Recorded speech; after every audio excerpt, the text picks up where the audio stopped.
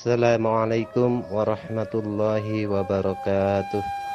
Bismillahirrahmanirrahim. Wassalatu wassalamu ala rasulillah Sayyidina Muhammad wa ala alihi wa sahbihi wa la na'budu illa iyyahu amma ba'du.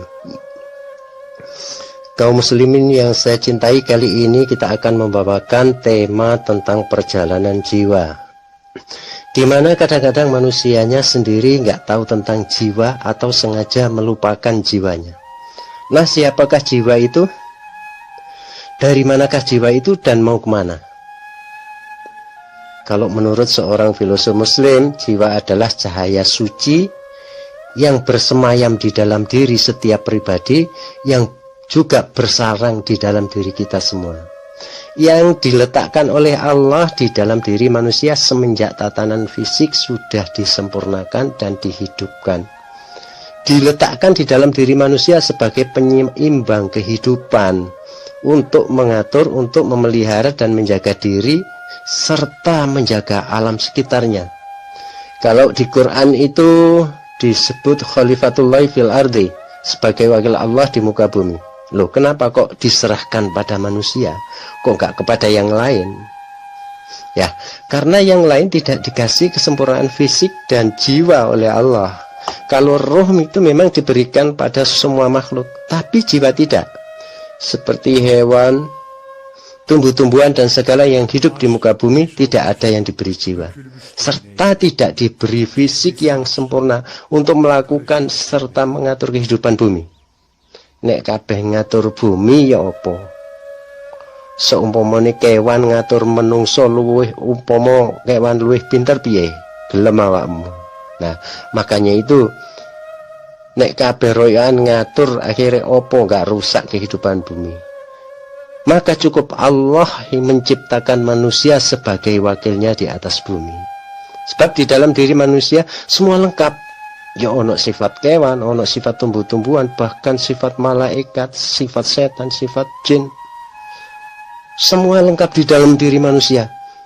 Bahkan Allah sendiri sampai meniupkan ruhnya, memasukkan sifat-sifatnya di dalam diri manusia. Wa nafakha fihi mir ruhi. Tuh ya. Jadi manusia itu terdiri dari dua elemen, unsur alam dan unsur keilahian. Unsur bumi dan unsur Allah, yang pada hakikatnya semua dari Allah. Bumi kan yang membuat juga Allah. Maka Allah menyebutkan di dalam Al-Quran, laqad khalaqnal insana fi ahsani taqwim. Allah menciptakan manusia dengan sebaik-baiknya bentuk, sempurna fisik yang dilengkapi dengan kecerdasan otak dan berpadu dengan jiwa sebagai penerang hidup. Tuh, Allah, itulah Allah. Maka manusia memiliki sifat semua makhluk. Jadi hewan hanya memiliki karakter hewan saja. Summa radadnahu asfala safilin, namun kemudian Allah akan menjatuhkan serendah-rendahnya jika ternyata manusia itu tidak mau mempergunakan fungsi yang diberikan, yang berupa kesempurnaan fisik dan jiwa. Yo gak beda karo kewan liyane. Taunya menuruti hasrat dan keinginan nafsunya. Ingin tidur ya tidur, ingin makan ya makan, kawin ya kawin, berkelahi dan lain-lainnya. Sepuasnya, tanpa aturan, tanpa hukum, tanpa undang-undang. Nggak punya gagasan ya, nggak punya empati, nggak punya simpati, pokoknya bebas. Ya. Sedangkan Allah menciptakan manusia dengan tiupan ruhnya, serta memberi cahayanya berupa jiwa serta nafsu dari yang buruk hingga yang baik. Apa tujuannya? Agar ada keseimbangan. Kapan marah, kapan bersabar, kapan harus adil, kapan harus jujur, kapan harus menolong, dan lain sebagainya. Jadi sifat-sifat Allah itu masuk ke dalam diri manusia untuk mewakili, membawa ketentraman, mengatur serta menjaga kehidupan, sehingga tercipta keindahan di atas bumi itu yang disebut baldatun thayyibatun wa rabbun ghafur. Itulah mau Allah. Makanya Allah sampai menurunkan dan memberikan cahayanya kepada manusia agar tidak jatuh seperti hewan. Oke. Namun manusia kebanyakan terlena. ingin bebas sebebas-bebasnya menuruti hasrat dan keinginan nafsunya. Itu kebanyakan manusia melupakan tugasnya sebagai wakil Allah sehingga jatuh serendah-rendahnya ke asfala safilin itu tadi. Illalladzina amanu, kecuali orang-orang yang beriman, wa amilus solihati, yang beramal soleh, berbuat baik, bermanfaat bagi sesama serta membawa kebaikan kepada makhluk di bumi ini.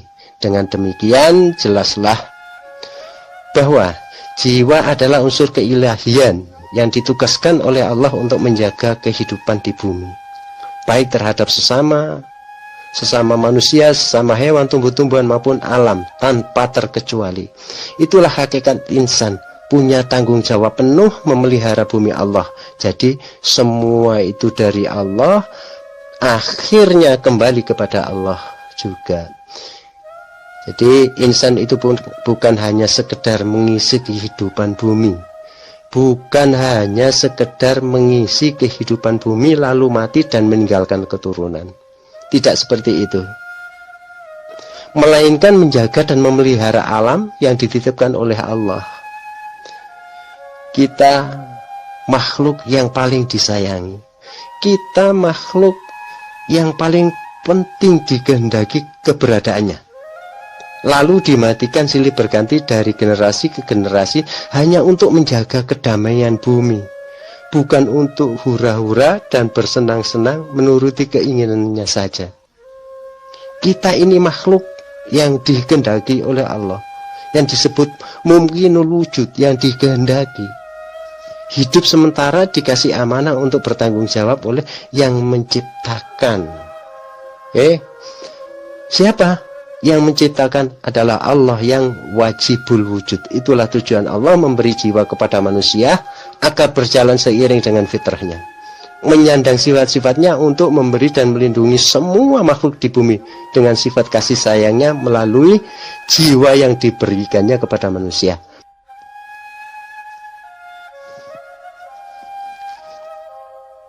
Apakah pendapat ini bisa dibenarkan?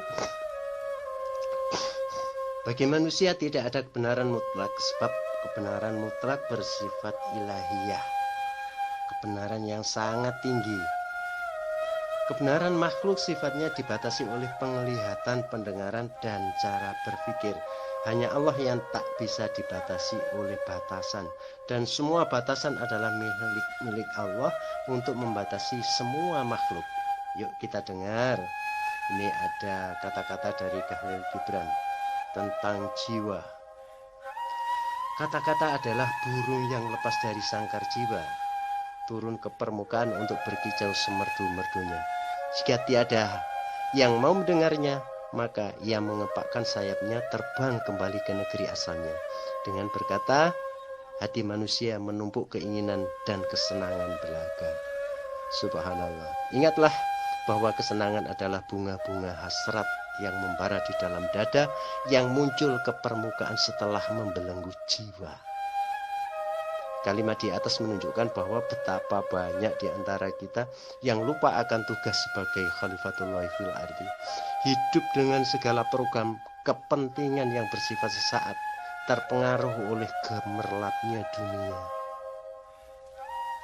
Kita dengarkan kata-kata bijak di bawah ini. Jiwa sejati bukanlah danau yang tenang dengan jatuhnya sepotong kayu lalu mengaburkan sebuah pandangan.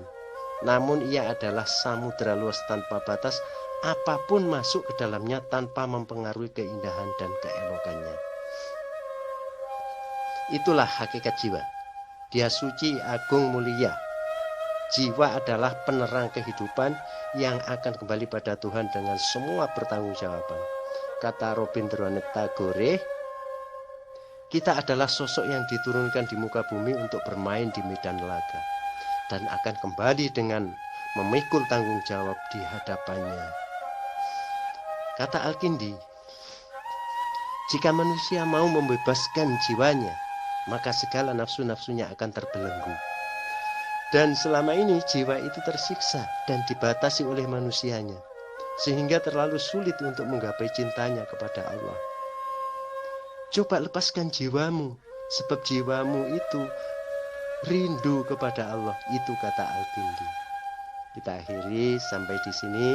Semoga kita tetap diberi kesehatan untuk membahas apa yang belum bisa dipahami secara umum. Semoga di season berikutnya kita akan menemukan pemahaman-pemahaman yang lebih bermakna lagi. Tetap di Renungan Tauhid. Akhirul kalam. Wassalamualaikum warahmatullahi wabarakatuh.